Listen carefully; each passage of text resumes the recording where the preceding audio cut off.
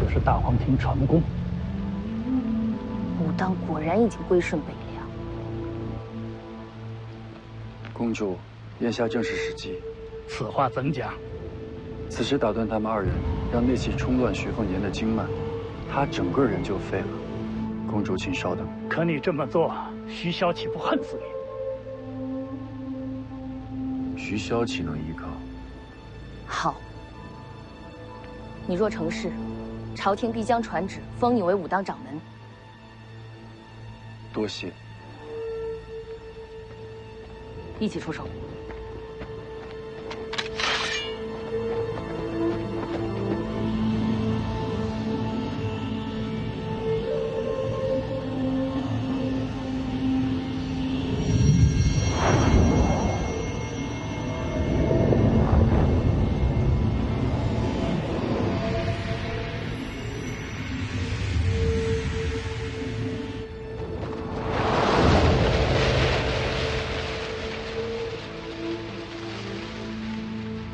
这又是谁？小王师兄，怎么从紫竹林里出来了？别再上前了。再这么下去，掌门师兄一身功力就全废了。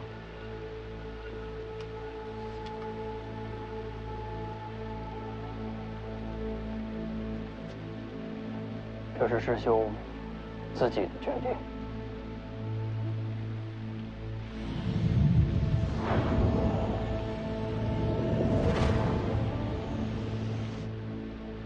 怕是要来不及了。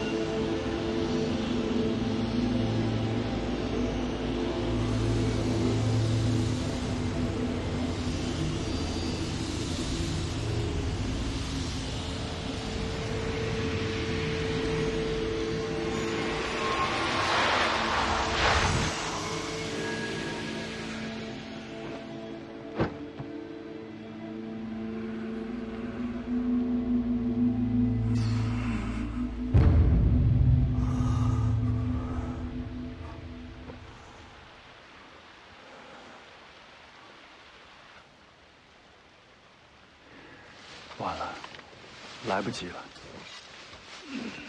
唉，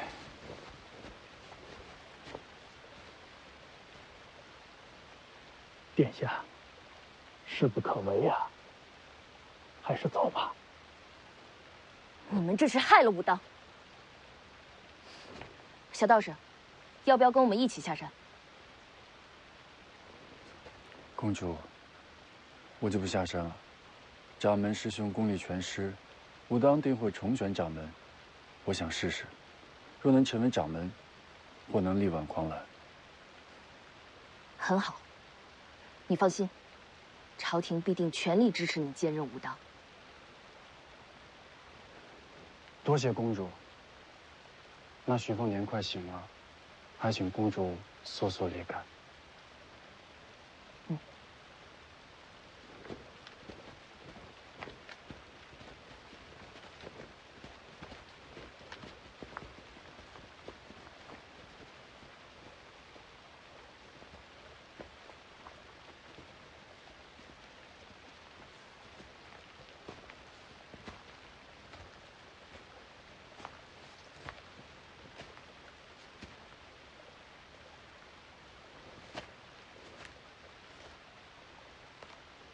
小王师兄演得不错，少说话，多动手，也不算难。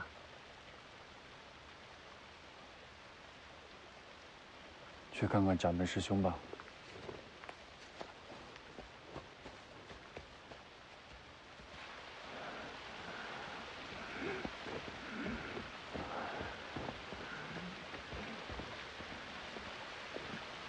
师兄。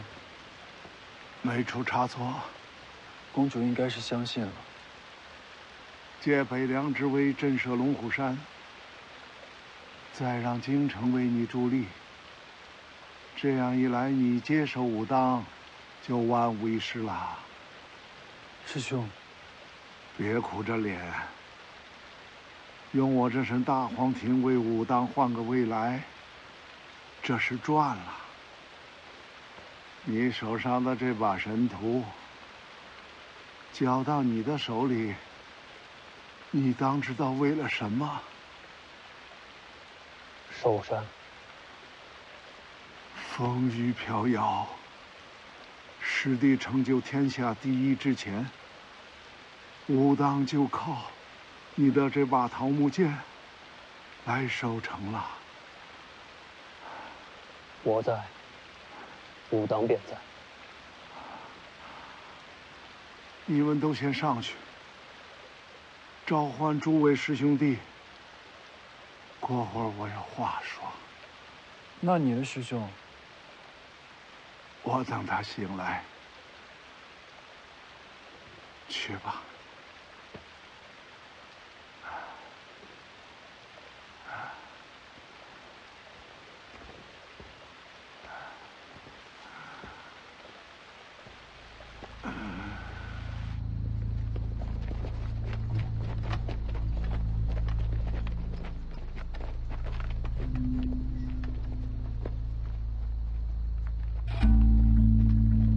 殿下，未见有人追来。即刻回京城。是殿下。那徐凤年得到内力之时，要不要即刻传信京城？徐凤年不过是个蠢材，有武功又怎样？在天下大事面前，个人无用，不值一提。殿下所言极是。倒是先把武当的消息传回去，可以确认武当已经归顺北凉。叫龙虎山别太强势了，不能为了一个小小的门派去挑衅徐骁。是殿下，我这就放出飞鸽，传输京城。还有，洪喜相心向京城，尽量支持他接掌武当。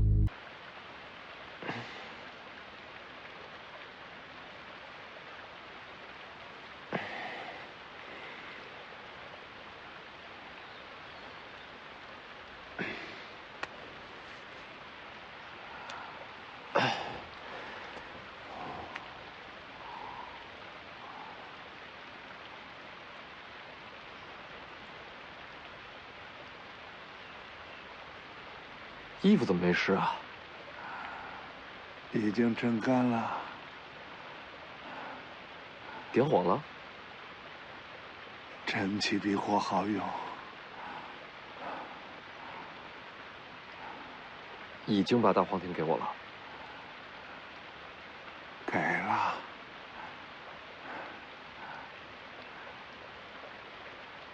没感觉有什么不同啊。看来世子还挺契合这真气。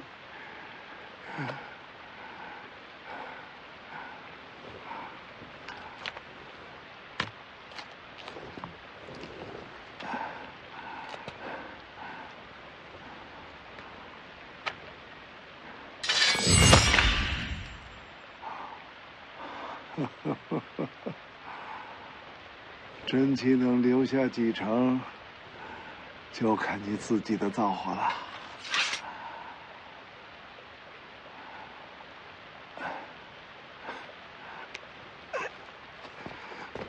哎，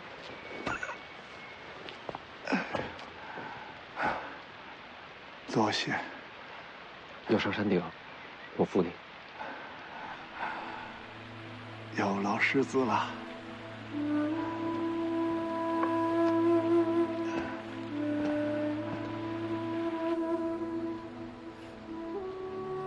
为了护住武当，我把自个儿这条命都扔出去了。武当好歹也算个不大不小的门派，要在这世上求活都如此不易，那些真正的平民百姓又该有多么艰难呐！若日后有朝一日，世子接掌北凉，请世子一定为他们想想。一定。哎，怎么等在这儿了？扶你上山。也好，那就不用辛苦世子了。是啊，眼下年关将近，世子也该回北凉了。成功的事儿你早就知道。还请世子不要浪费了大荒庭，我等你踏上武帝城头的消息。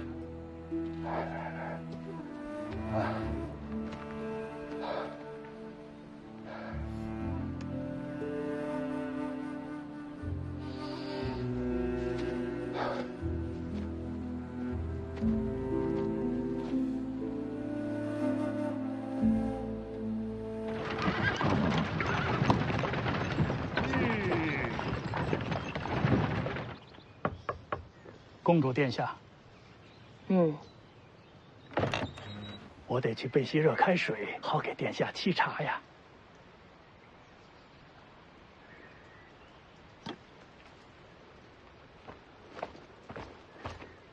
跟着我干什么？这时候应该去守护公主殿下。是。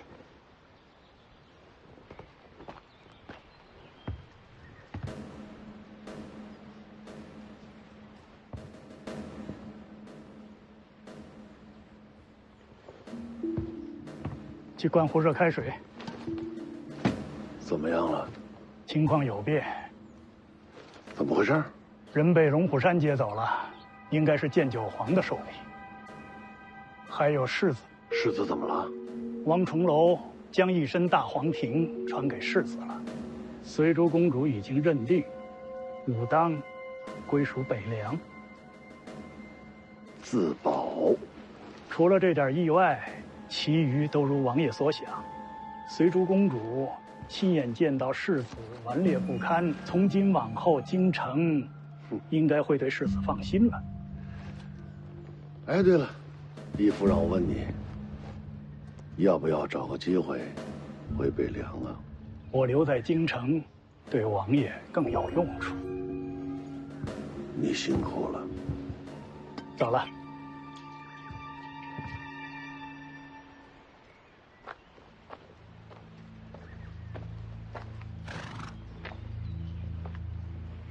公主殿下，可以出发了。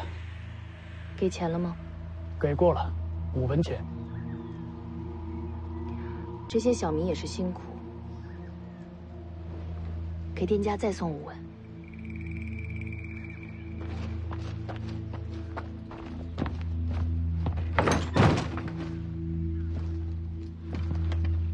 客官，您还有什么吩咐吗？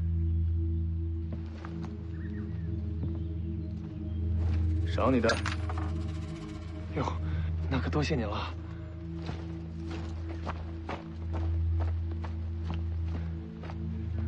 殿下，钱给到了。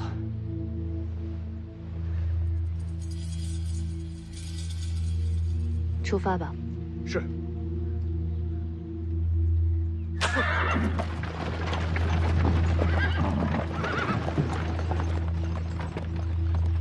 孙雕四说的没错，随珠公主刁蛮的外表下，藏着颗多疑的心。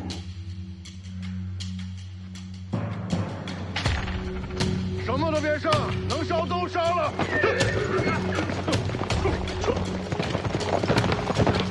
去武当接世子回家。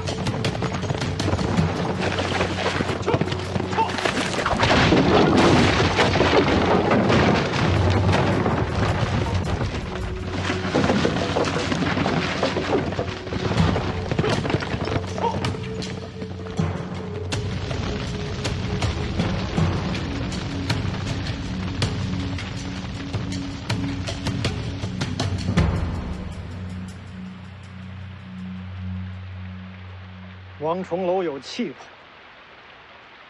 我也没料到会是这样。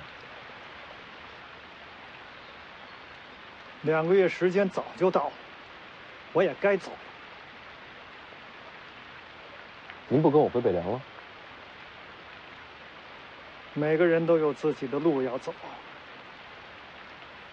途中遇上的，总会道别。这就是江湖。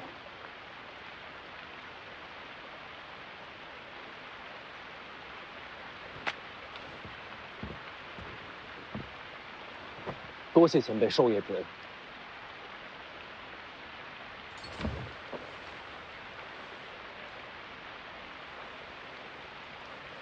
好好练刀，有缘再见。走了。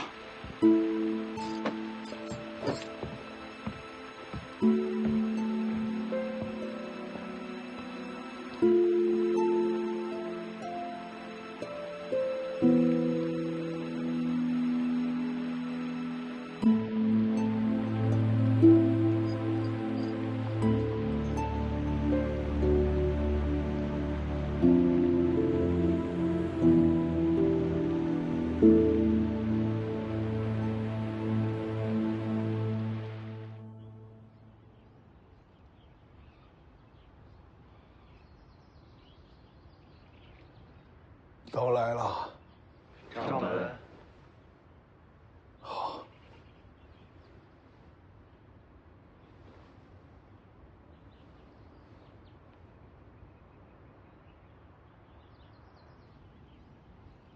从今日起，武当算是逃过了灭门之祸。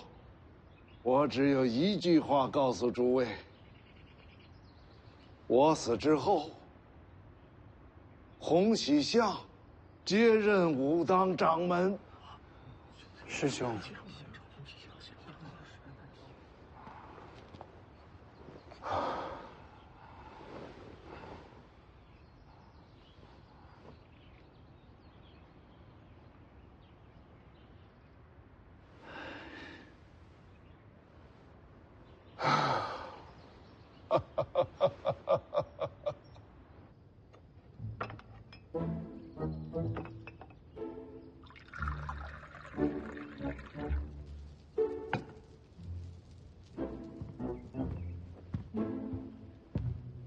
好像擦不掉啊。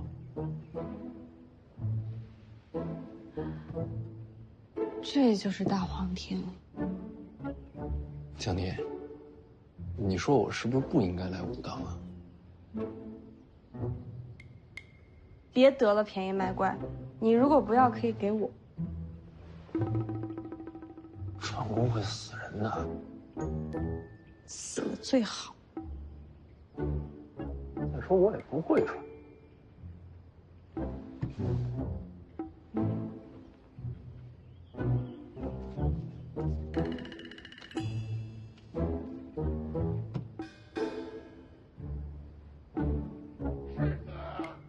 世子，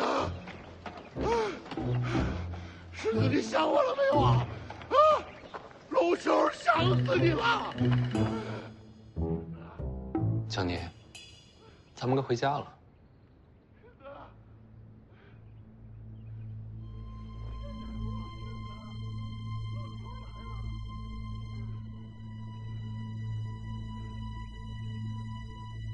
喜欢可以多住几天。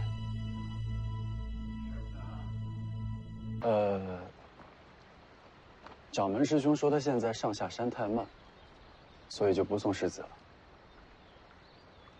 你帮我转告他，我欠武当的，永远不会忘。嗯，这是武当自家的真气炼法，有了大黄庭，可以参考下。就此别过。跟你商量个事儿。那茅屋先别拆，院子里再帮我种点蔬菜。种什么？就跟之前一样。你又让我去偷菜园？你是下任掌门，不难。世子，你还是赶紧走吧。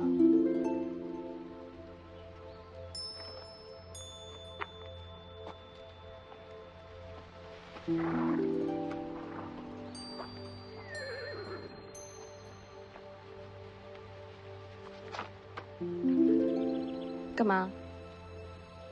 你会骑马吗？不会怎么了？没怎么。你下去。我下去了，你怎么回北凉啊？我自己学呗。那茅屋跟菜园子都给你恢复了，跟我没关系。走之前再问你个事儿。你说，你到底什么时候去江南？见我姐一面都不敢了。等我成为天下第一，就能下山。下山之后，就去见他。天下第一，要等多久？会有那一天的。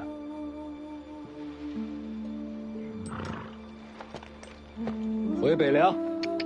走。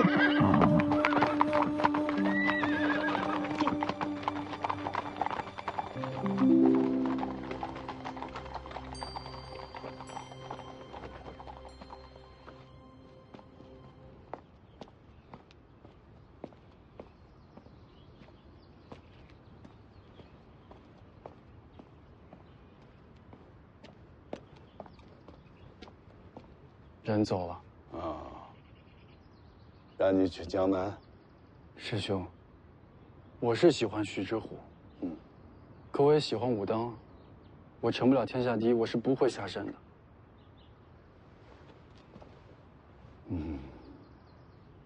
苦了你了。我不苦，我只是担心，您把希望都交在我身上。可如果我成不了天下第一呢？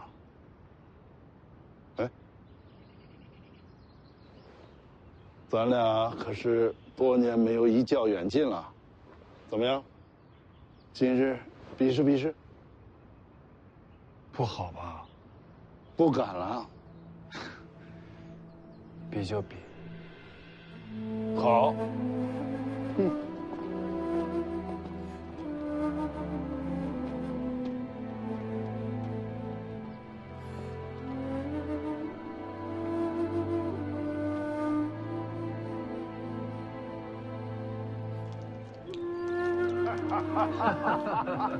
怎么样，师兄？今日比你好吧？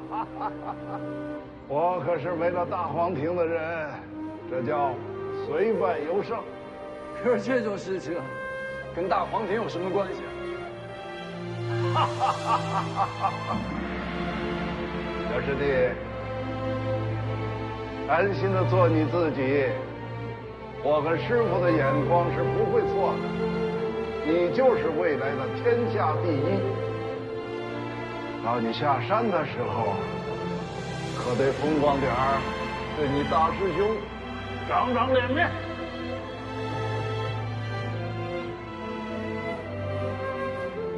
好，天下第一。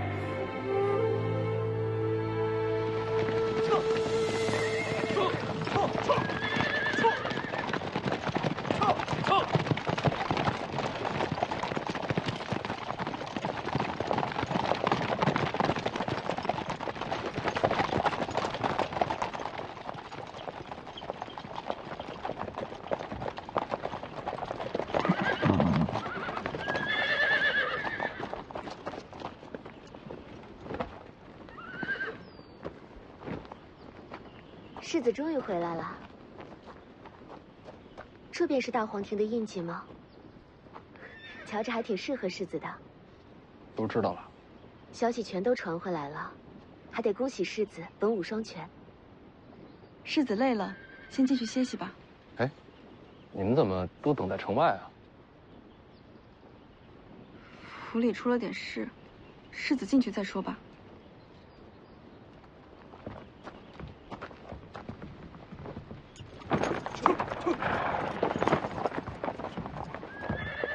挺好，儿子，终于把你等回来了。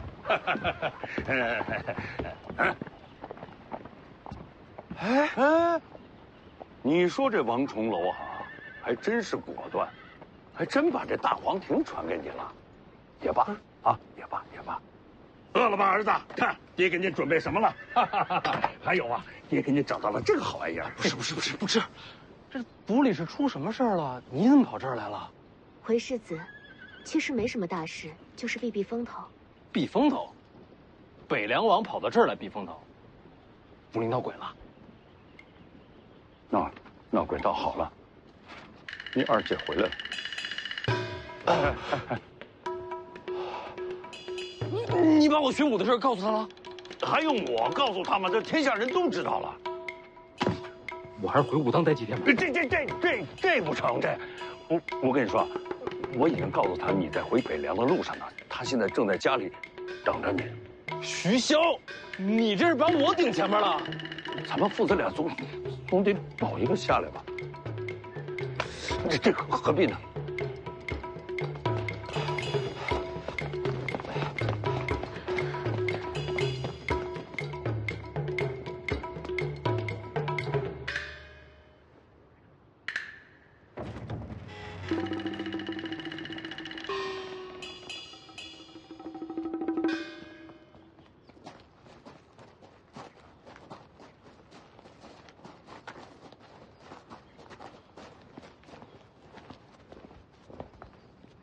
你看见他了？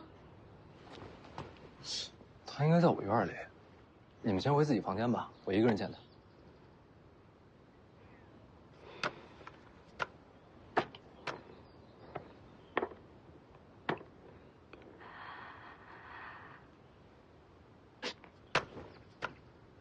带着。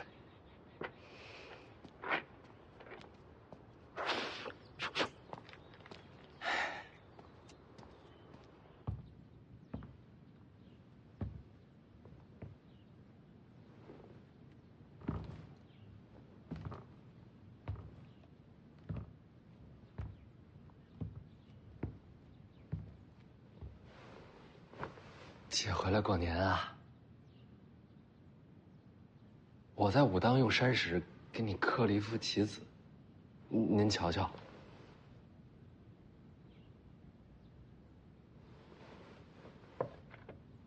看书累了吧？我给你揉揉肩。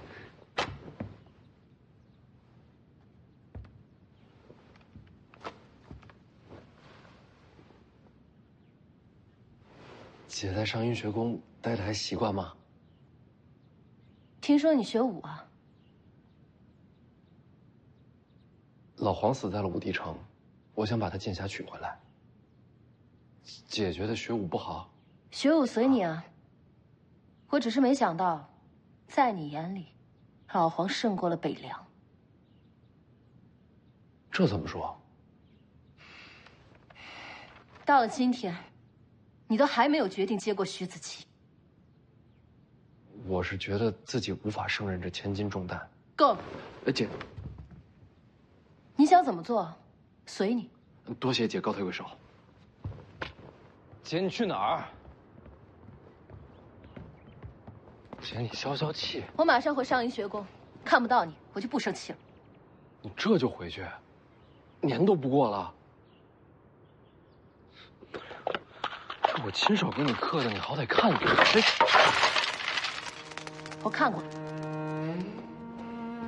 姐，我不是小孩了。你们都想让我坚守北凉，没问我愿不愿意吗？你有什么资格说你不愿意？每个人都应该决定自己的活法。你什么都不明白，白活了这么久，你连你自己身上的责任都看不到。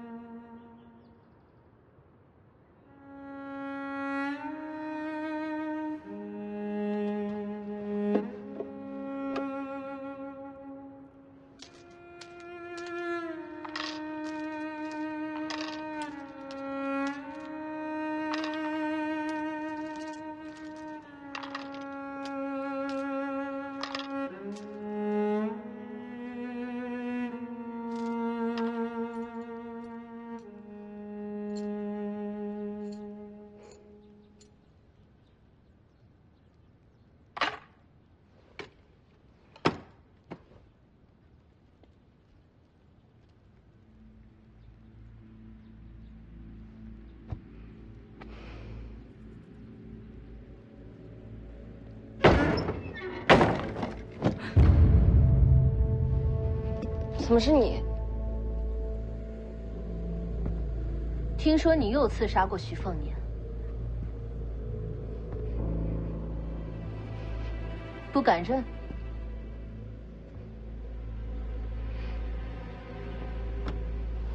是，我是刺杀过他。我警告你，别忘记自己的身份。怎么，丫鬟就不能刺杀世子了？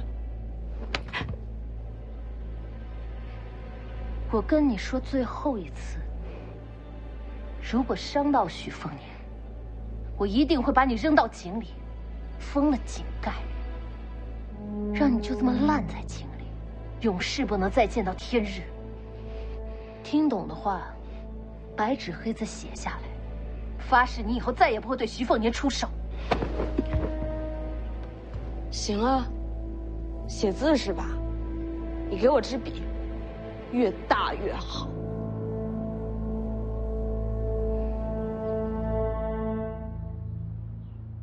记住我说的话，我徐渭雄说到的，自然会做到。巧了，我也一样。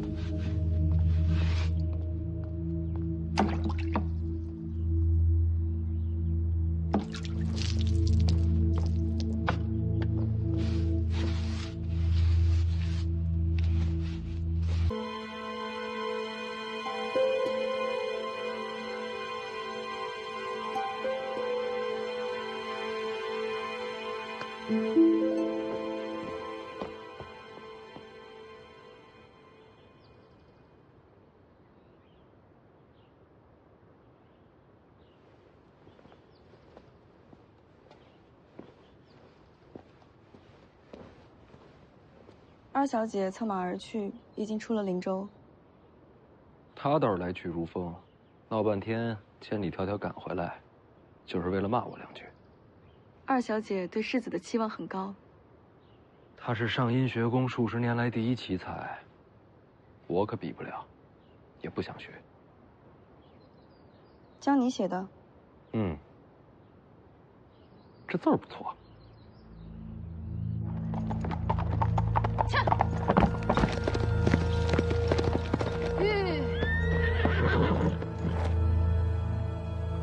陈之豹，你在上阴学宫，应该学了诗书礼乐。我学什么，与你何干？学了这么多，杀气还这么重。我觉得上阴学宫很适合你。所以呢？所以如果没事的话，你就别再回北凉了。你觉得我是乱世之一？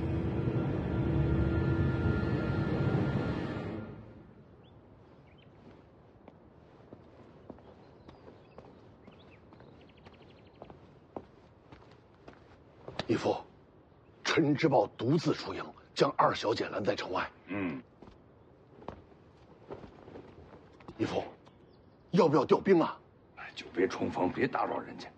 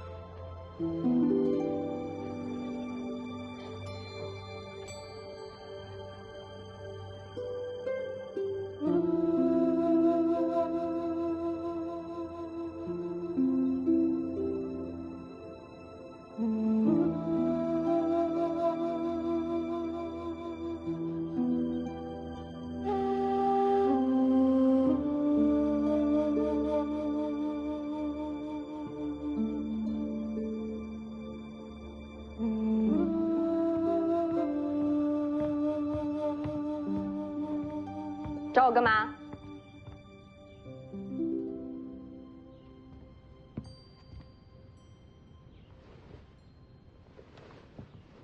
大黄庭怎么没了？王重楼不发功的时候，也看不出来。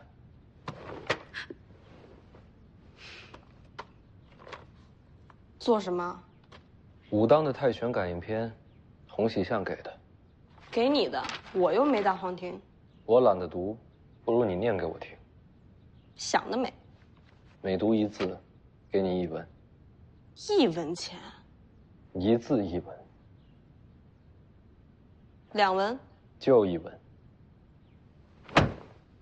你多读几本，一样能读穷我。不止1本。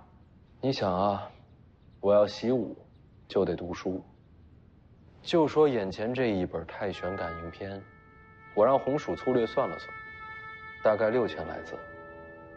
全本读完，我算你7贯钱。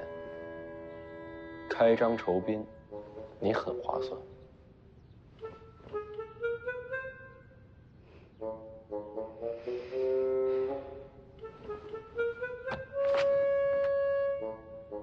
1本1副。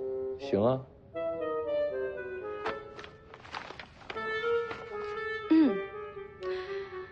有物混成，先天地生，惟象无形，杳杳冥冥，寂寥淡漠。太死板，有感情些。有物混成，先天地生。稳重些。你到底要怎么样？我花钱请你读书，你是不是应该有点质量？我出去一趟，你先读着，好好想想怎么读最合适，我再回来听。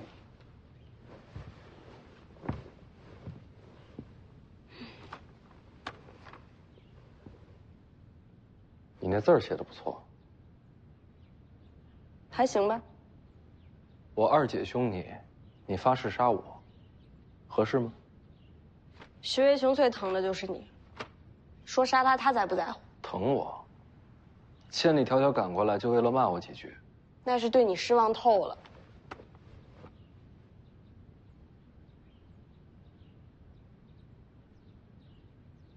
你说我二姐为什么一定要让我接受北凉啊？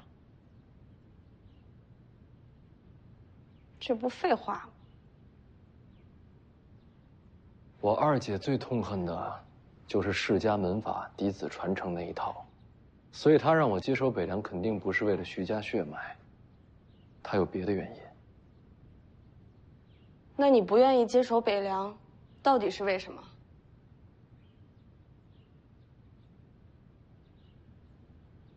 我不想看到，一直有人为了这件事而牺牲。那你什么都不做，那些人不就白牺牲了？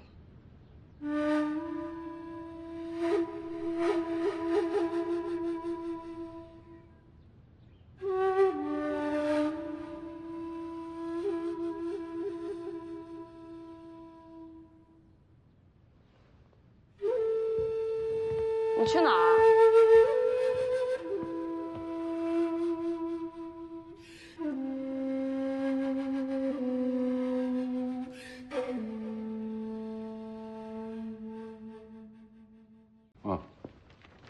宋年来了，来，坐。黄妈被送去龙虎山了。啊，我知道了。龙虎山那边传来消息了。这个赵锡团待他不错，还真把他当做关门弟子了啊。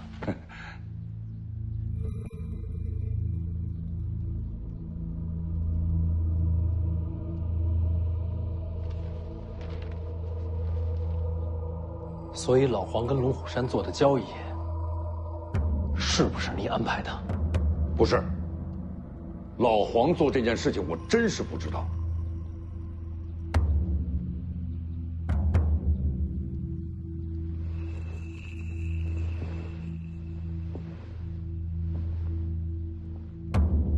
所以在你本来的谋划里，黄满儿是送去何处？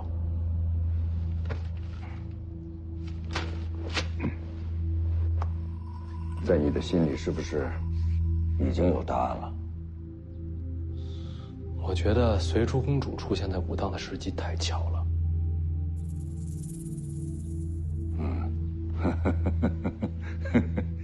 天下人都把你给看错了，凤年，好样的，聪明。所以你是想把黄梅儿送给皇室啊？他留在北凉对你不利。皇室只想拿她当棋子。那送去一个棋子，危害不到咱们北凉啊。那是你亲生儿子。你也是我亲生的儿子。哎，行了啊！你看，现在的结果呢，比预期的都要更好，对吧？但是老黄死了。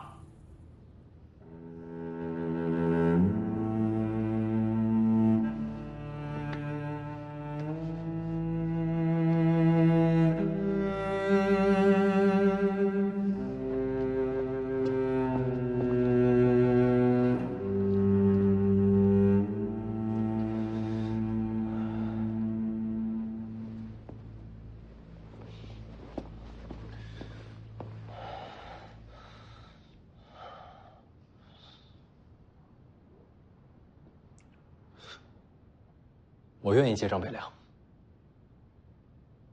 啊？我说我愿意接掌北凉。等，你以前一直在拒绝，怎么现在会突然答应呢？什么理由？只有我接掌北凉，才能接黄曼儿回家。哦。还有吗？这理由不够吗？你们兄弟情深，这固然很好，但是要当上这个北凉3州之主，这理由，你不同意？没有，我高兴还来不及呢。你看我等了这么久，你终于开口答应了。理由不够，没关系。我送你一个，这也能送？哎，对了，你从武当回来，是不是还没看你师傅去呢？快去跟人家打声招呼，你就在那儿等着我，好吧？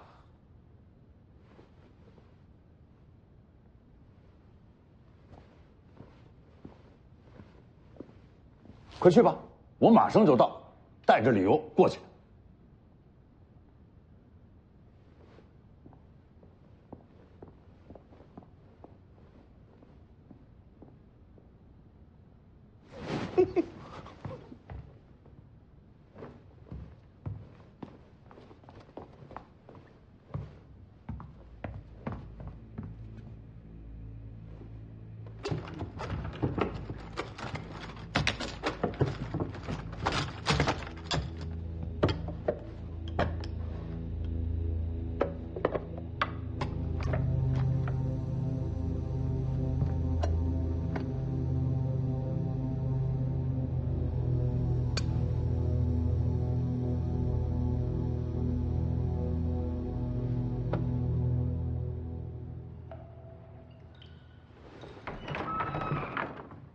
回来了。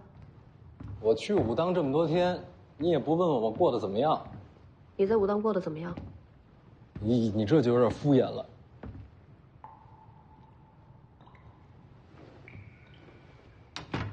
干什么呢？这下面是什么？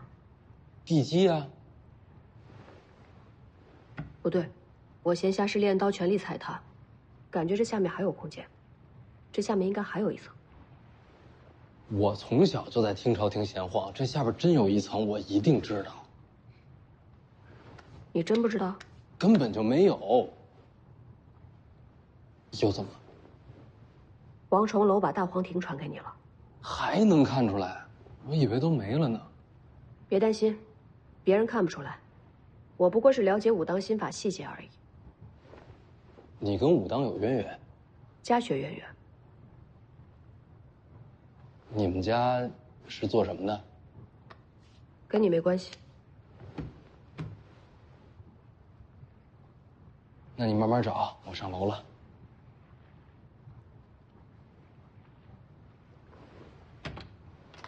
刀还我。秀东啊，本来就是借你的。我用着挺顺手。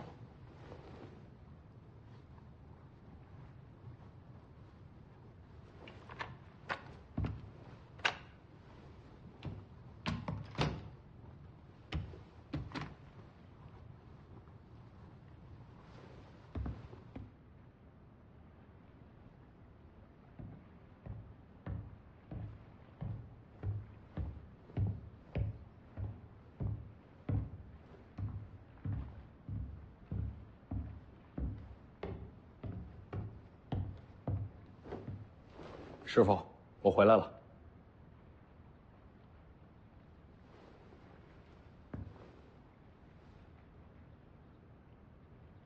好棋，杀机暗藏。嗯。哦。看出杀气就错了，重新下。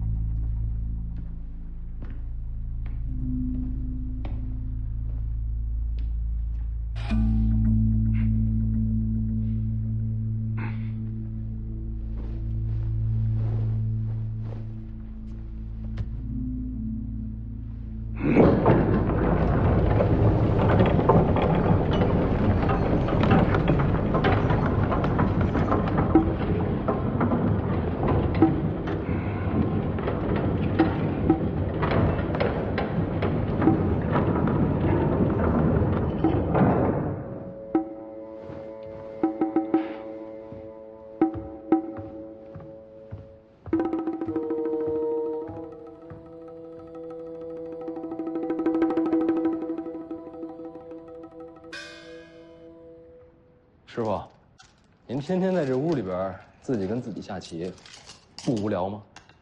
我有对手。对手在哪儿？等你接手北凉，再来问吧。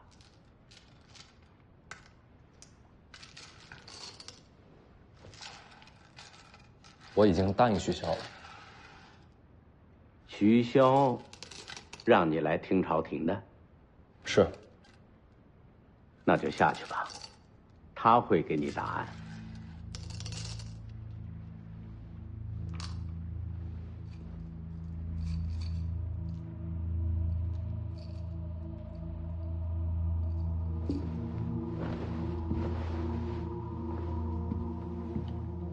给你个建议，等一会儿，把你的心里话说出来。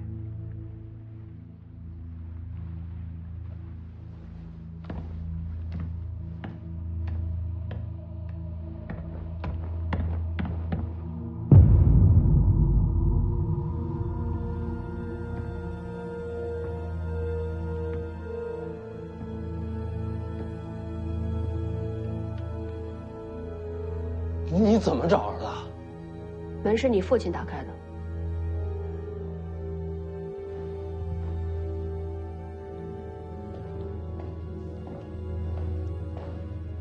来了。这下边到底藏了什么？居然连我都瞒着。只有你答应了接掌北凉，我才能带你下去。走。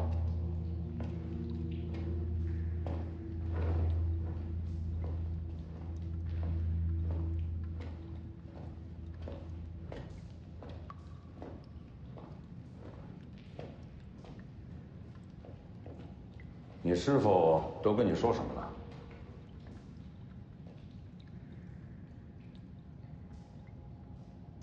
他让我跟你说出心里话，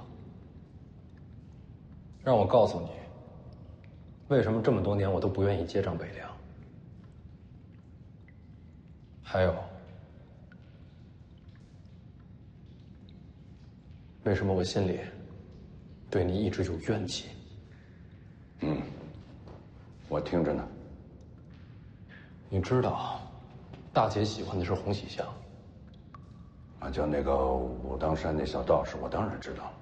但你还是把她嫁去了江南。啊，因为这样能换来江南文坛对北凉的支持。是。二姐这次回来只见了我一面，你也没留她。没有。你让她去上阴学宫求学，是为了让天下学子渐渐接受北凉。不错。现在黄马儿也被你送走了，家人一个一个离开，换来大权稳固。强敌鲫鱼，皇室忌惮，要想让北凉存活，总得付出点代价呀。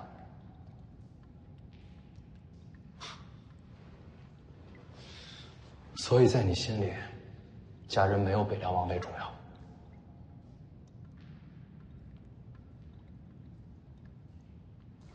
再走一会儿就到了。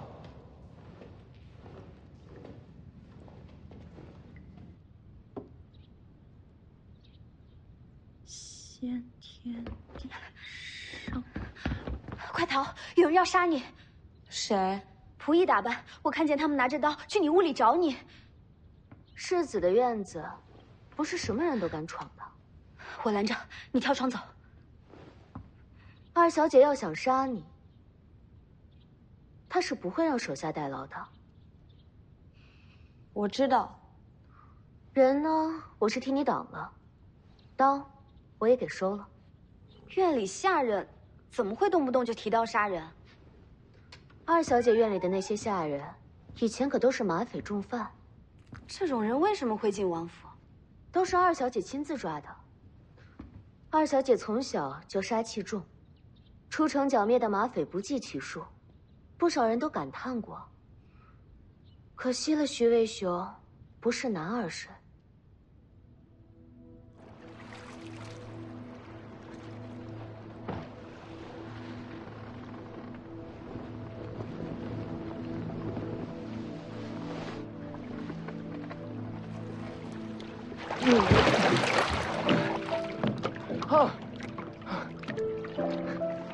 回来了，好不容易回家，怎么不多留2天？家里怎么样？谁送你的？怎么我送你的就不要啊？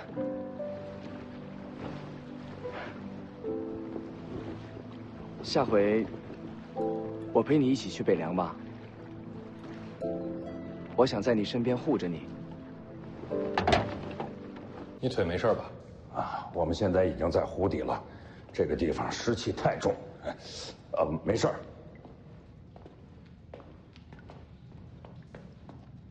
跟下边到底藏了什么？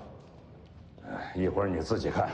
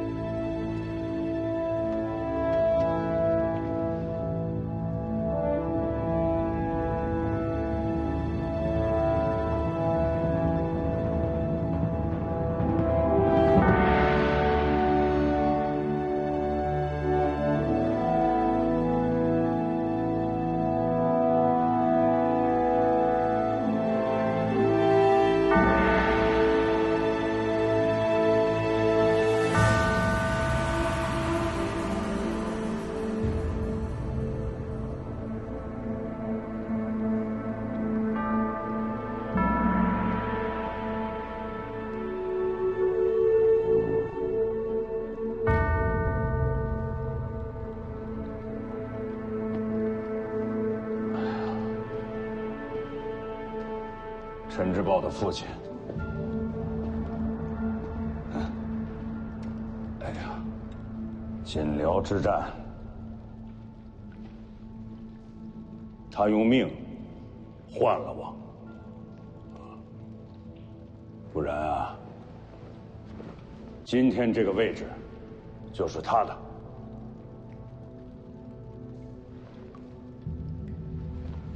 人人呐，都让我提防着陈之豹，可我知道，北凉对他到底意味着什么。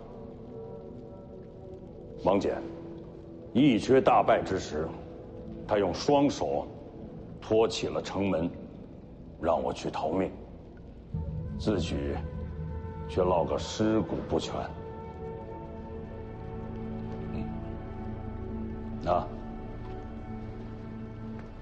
西蜀之战，当时离都城不过10里，军师赵长陵病死，就差10里，他就可以亲手为自己的满门家小报仇。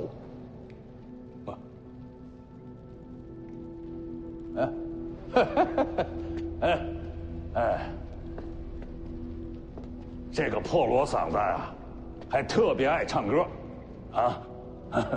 范蠡走的实在是太早了。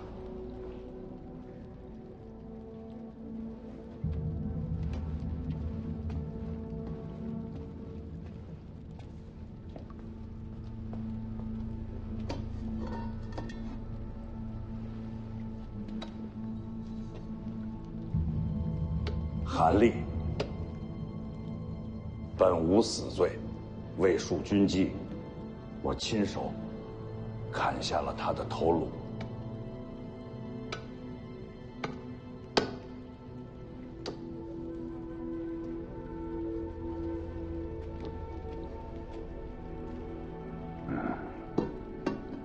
当时600骁骑起家，现如今诸国平定，徐自齐统领3州之地，而当年这600人几乎全都在这儿了。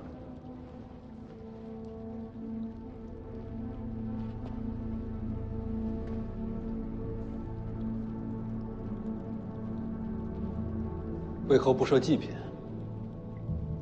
用不着，他们不需要这些。儿子，你知道为什么爹被人称作人屠吗？杀人多。诸国乱战，世家门阀，战场上被我杀掉的人确实不少，所以世人都恨我，视我如魔。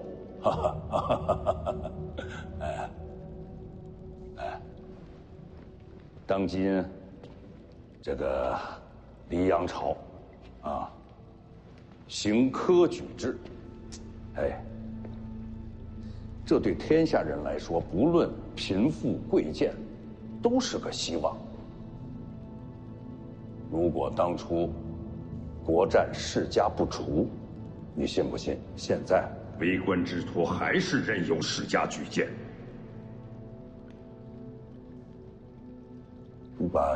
你把天下看成一棵大树，那些世家就是那个粗壮的枝桠，夺走了全部的阳光，剩下的大部分人就只能是树下的杂草，渐渐的枯萎腐烂。所以斩去世家，这世间才有新生。这就是他们的梦想，也是我的。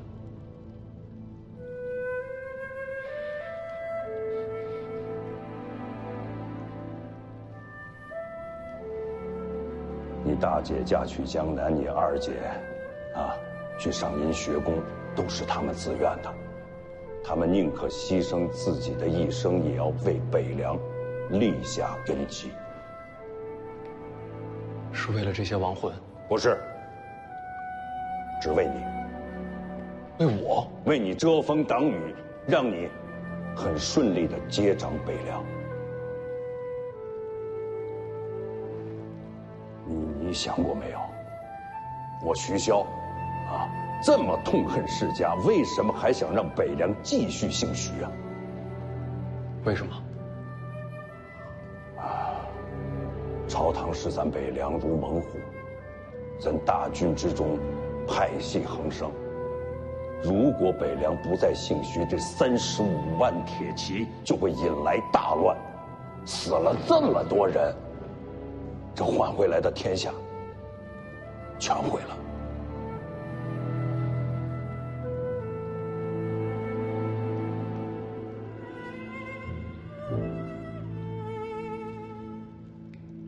以前为何不告诉我？你不自愿的接掌北凉，我就不能带你到这里来，这些话也就不说给你听。我大概明白了，你不是贪恋权位，徐家的牺牲是为了这些人共同追逐的一个梦想，也就是我二姐所说的责任。这就是你接掌北凉的真正的理由。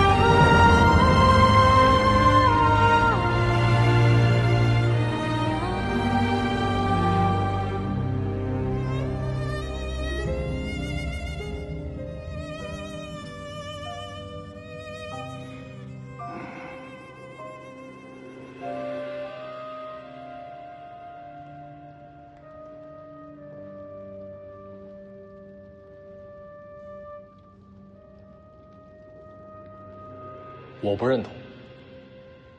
北凉王，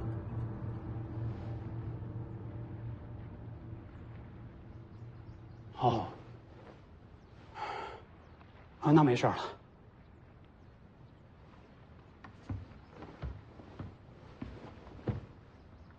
通道这事儿，麻烦阁下还别往外说。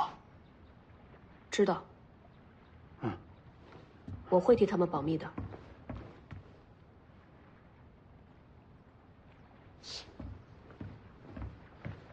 他们，不，还有谁下去了？徐凤年。哦。哦。好，我得去收拾行李了。好，马上要出远门了。啊。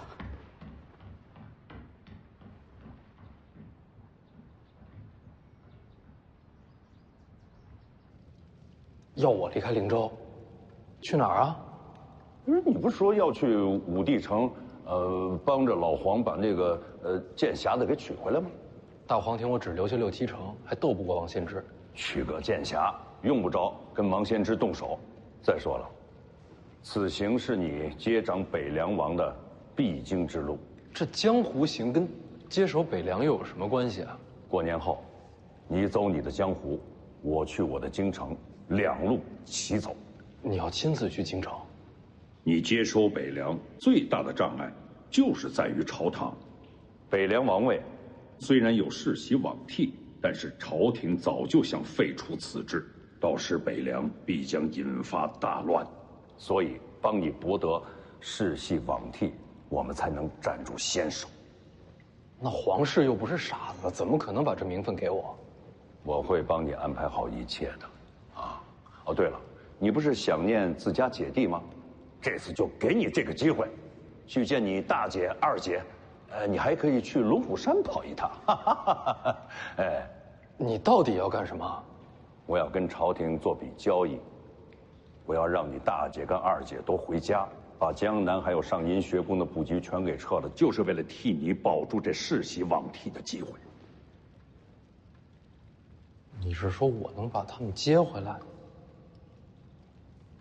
我会把路都给你铺好的，你要做的，就像去武当一样，你要做出最后的选择。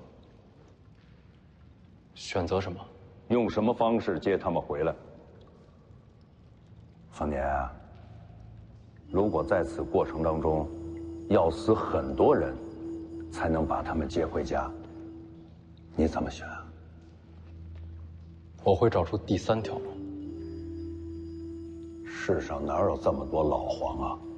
找出来的往往可都是死路。事在人为。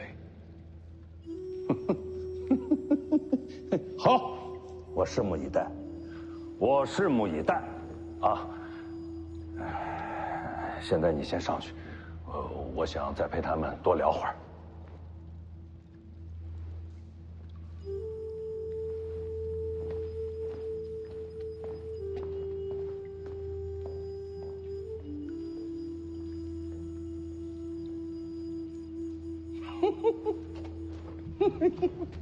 哎，你们都听见了吧？啊！不过你们也说说，啊，有我这样当爹的吗？有吗？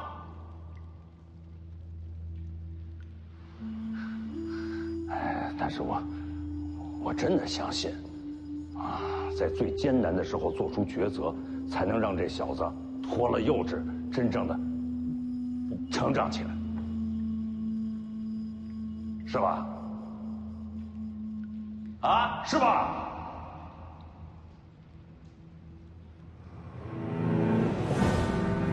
行了，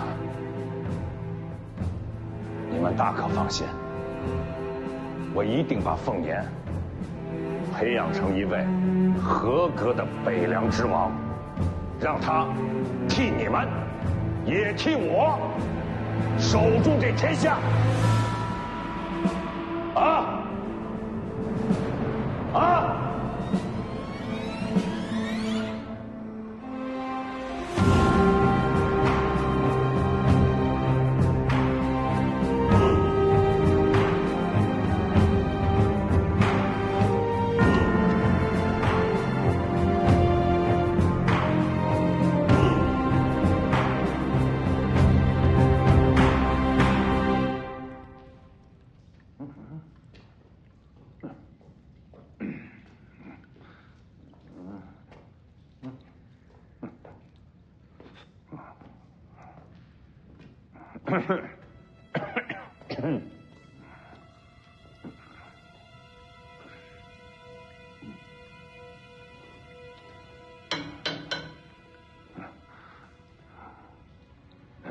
刚才你也一定都听见了啊！这小子非要去武帝城，啊，帮着这老黄去取这个剑匣子，幼稚。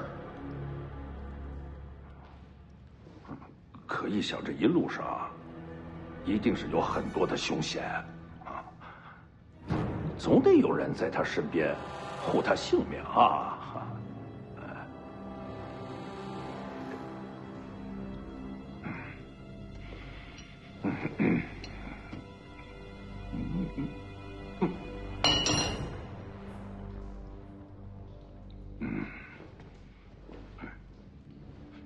就算这小子安安全全的到达了武帝城，这要碰到了王先知，还真不好说了。